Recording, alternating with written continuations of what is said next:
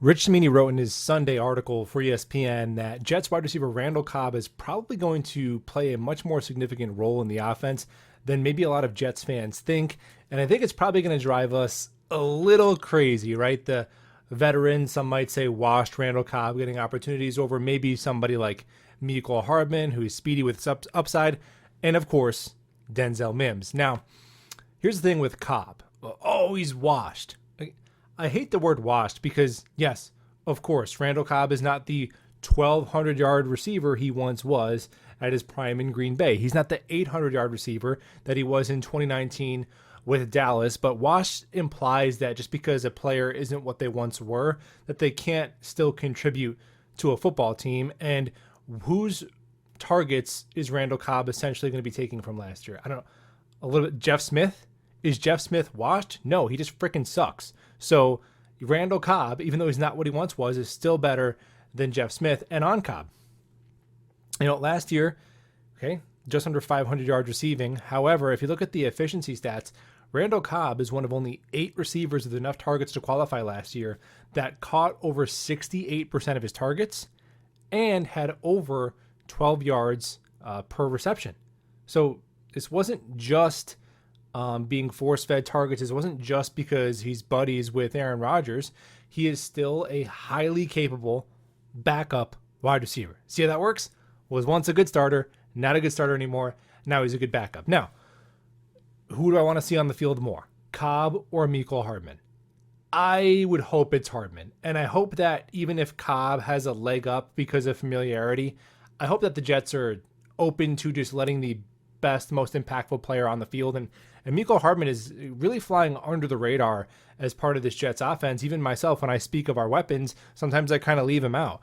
And, the last year in Kansas City obviously cut short with an injury. I'm not worried about durability a ton because his first 3 years in the league, he didn't miss any games. And in 2021, he had 700 yards. And then he was on that same pace last year. So if you look at from the start of 2021 to when he went out injured last year, so his last 23 games, he has over 1,000 yards from scrimmage and 9 total touchdowns when you counter special teams, rushing, and receiving. For a backup, 1,000 yards in 23 games, a guy who's taking the role of Braxton Berrios, who was really good or really solid in 2021 and just fell apart last year. You can't be emotional about it. You don't do your job, we're going to look to upgrade. And Mecole Hardman, in my opinion, is an upgrade to Braxton Berrios. And similarly to Cobb, really efficient. He also caught over 70% of his targets.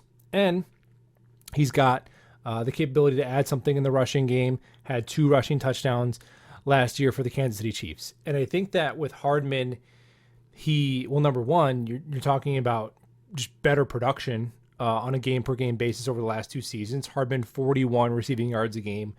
Cobb, 31. So significantly better.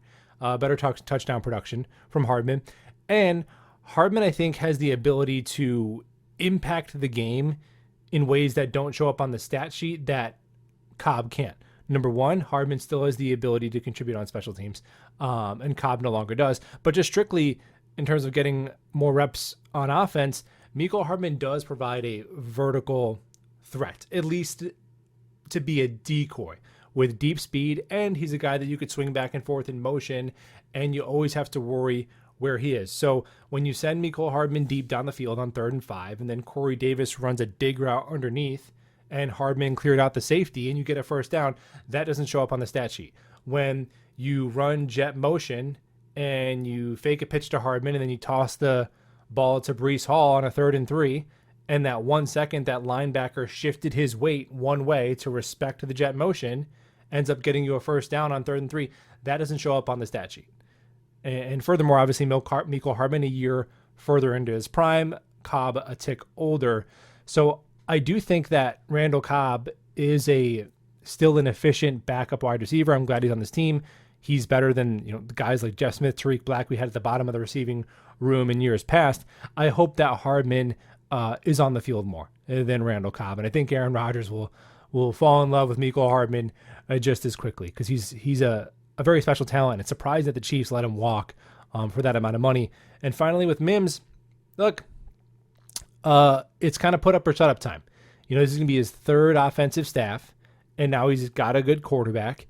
And yes, Garrett Wilson is a stud, but outside of that, if Denzel Mims, if you're really worth your salt as a second round pick who was projected to go even higher, a lot of people said Denzel Mims fell, and you're in year 4, and you're looking at Corey Davis, who's been good in the past but's been banged up and inconsistent, Allen Lazard, who was an undrafted player and has one season with decent production, and Mecole Hardman, who's more of a role player. Randall Cobb is an older depth player.